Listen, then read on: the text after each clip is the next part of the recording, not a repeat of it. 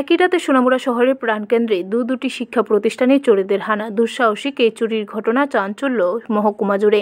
ভাঙা হলো বিদ্যালয়ের গুরুত্বপূর্ণ লকারগুলি, চুরি হয় ল্যাপটপ সহ নগদ অর্থ।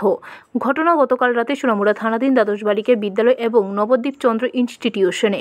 দাবি উঠেছে রাত্রিকালীন প্রহরার ব্যবস্থা করা। ঘটনার বিবরণে প্রকাশ, দুটি বিদ্যালয়ের প্রাতকালীন শিক্ষক শিক্ষিকারা বিদ্যালয়ে প্রবেশ করতে দৃশ্যত হয় প্রতিটি দরজার তালা ভাঙা। সঙ্গে সঙ্গে খবর দেওয়া হয় বিদ্যালয়ের পরিচালন কমিটি সহ সোনামুড়া থানায় এবং খোঁজ করে দেখা হয় চুরি যাওয়া সামগ্রীগুলির পরিমাণ। প্রথম সংবাদ আসে সোনামুড়া দ্বাদশ বালিকা বিদ্যালয় থেকে। বিদ্যালয়ের শিক্ষক জানান, প্রাইমারি এবং আপার প্রাইমারি মিলিয়ে মোট 15টি লকারে তালা ভেঙেছে চোরেরা। নিয়ে যাওয়া হয় একটি ল্যাপটপ এবং ট্যাব। তৎসঙ্গে বিদ্যালয়ের ভর্তি সংক্রান্ত বিষয়ে জমা পড়া নগদ প্রায় 75,000 টাকা। এরপরে খবর পাওয়া যায় শহরের আরও একটি বিদ্যালয় নবদ্বীপ চন্দ্র ইনস্টিটিউশনে চুরি সংঘটিত হয়েছে।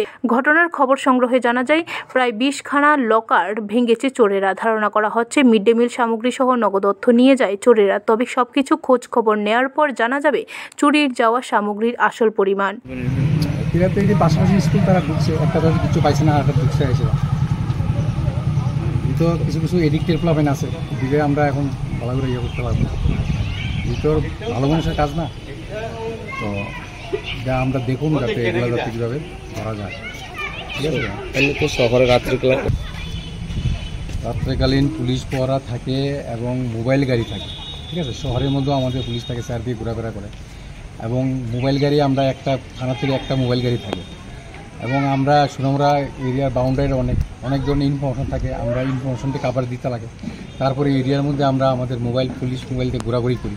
প্রত্যেক স্কুলের ভিতরে তো আমাদের অ্যাকচুয়ালি এটা সবই কলাসেবল গেট লাগাই না থাকে, সে ভিতরে তো যাওয়া সম্ভব না। হয়তো তারা কোনো একটা পুলিশের অ্যাবসেন্সে কোথাও দিয়া সুযোগ বুঝে তারা ঢুকে গেছে। ব্যুরো রিপোর্ট, খবর ত্রিপুরা।